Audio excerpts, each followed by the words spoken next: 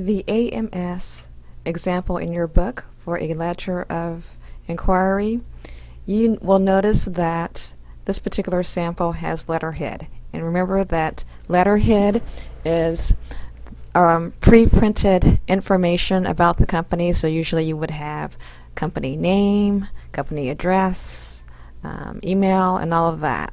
So for those of you who wish to design letterhead, that's perfectly fine. And your letterhead can consist of your name, your address, and that's it.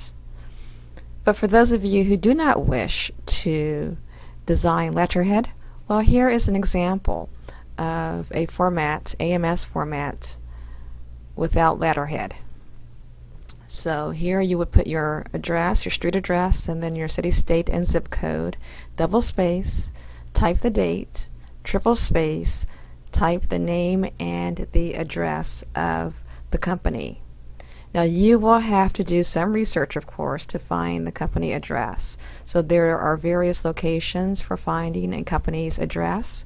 So you can visit the internet, you can look perhaps on the product itself, on the box, a user manual. You can also log onto Hoover's, and you can access Hoover's via the websites that I have included as part of this course, and you can find the company name there. So there are various ways. I'm sure you can probably think of other ways to find the company name. Then you would have the request line, and again for AMS format you don't have a salutation. Instead you have the request line. Okay, so request for information about, and then whatever the request is that you want to know. And we have the first paragraph, again information about your request. The second section would be your questions. The third would be details about your request, and the fourth would be your goodwill ending with the concrete date. And notice as well that you would not have a closing, so you would not type sincerely.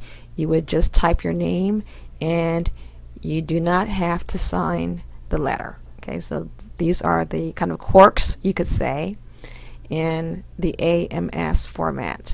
And the reason why this is used for a letter of inquiry is because many times you will not know the name of the person to whom or to which you are writing. So if that's the case, it really isn't necessary then to have the formality of a salutation and a closing.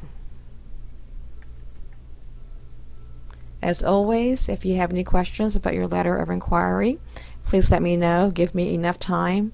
I believe you have only maybe a little over a week to complete the letter of inquiry. So you're going to hand in your letter of inquiry, submit it by the due date. I will grade your letter of inquiry, and hopefully it will not take me any longer than a week to grade.